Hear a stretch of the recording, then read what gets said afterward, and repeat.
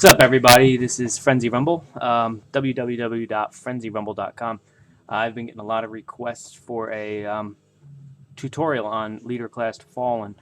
So what I've done, rather than actually do a step-by-step process, because I actually did try that and it just ended up being a nightmare, I basically put one together, and I'm going to basically walk through pretty much what was done here. So basically what I did was I used two Voyager class Revenge of the Fallens.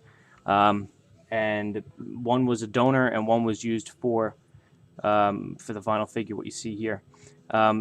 Basically, I'll show you some of the key elements which make this a lot larger. Originally, the Voyager's about this tall here. I don't have another one on hand, but I'm going to explain a little bit of what I've done here.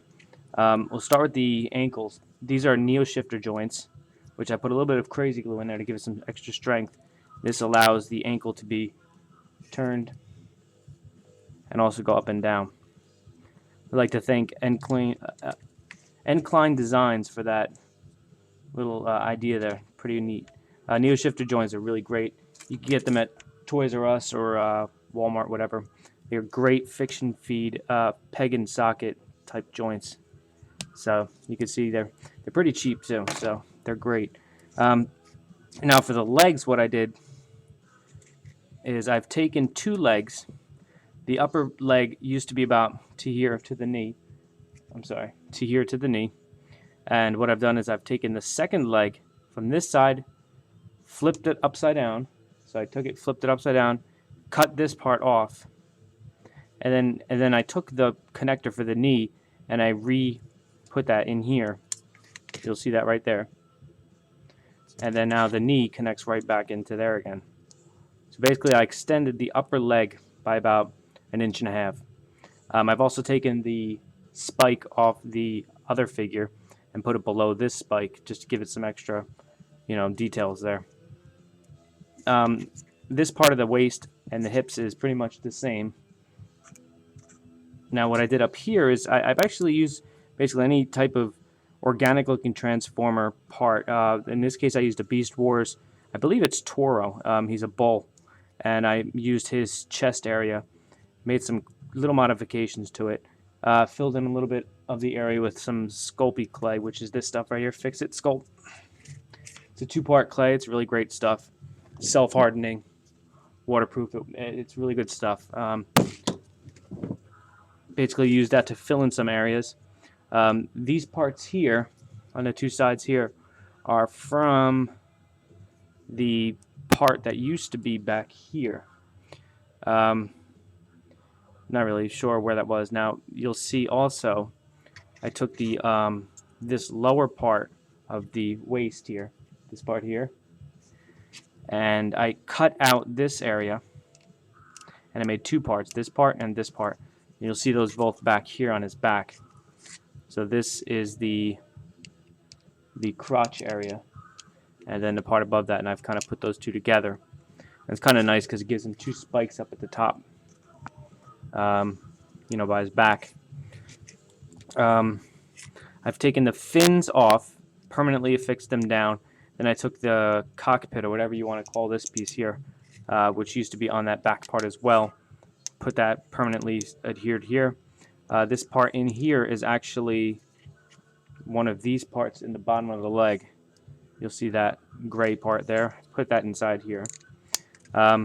Took some random part of some random transformer. We had a nice joint here, and it gives me nice articulation on the neck. I've given a triple joint actually. I got the ball joint on the back of the head, got another joint here, then another joint down here. So now he's able to look completely down. He's able to look up. He's able to look side to side. So that's pretty much that. The upper arms stayed the same, but what I did here is I've cut off part of the upper arm and I extended in this piece here, which is actually his heel. If you look here, this piece was cut off. I took the feet out and I put those back up here, cut this part flat, and then re-glued the attachment where the forearm would go back onto that. So I extended the upper arms about 1.5 inches or so. The wrists here are not completely done yet, but you'll notice that I've cut off the old hands and I put in kind of a twisting set of jointed hands. You'll notice also the fingers are all cut off right now. I'm going to be adding some articulated fingers. You can see over here.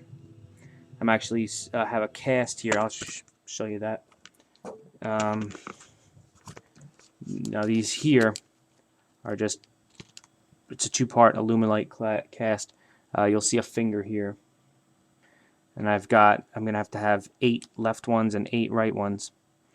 And what I do with these is I actually drill with a very thin drill bit, even smaller than this one. But I drill a small hole on the end of this. Then I'm going to drill small holes on the insides, or at the tips of his fingers. Then I'm going to insert some copper rod, or copper wiring, which is right here. This is black copper wiring.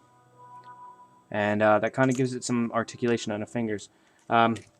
Another thing real quick that I did was the feet. I opened them up, put a couple drops of glue in here, and then put them back down again, because there's nothing more annoying than these feet on this guy. And that's pretty much it. That's pretty much him.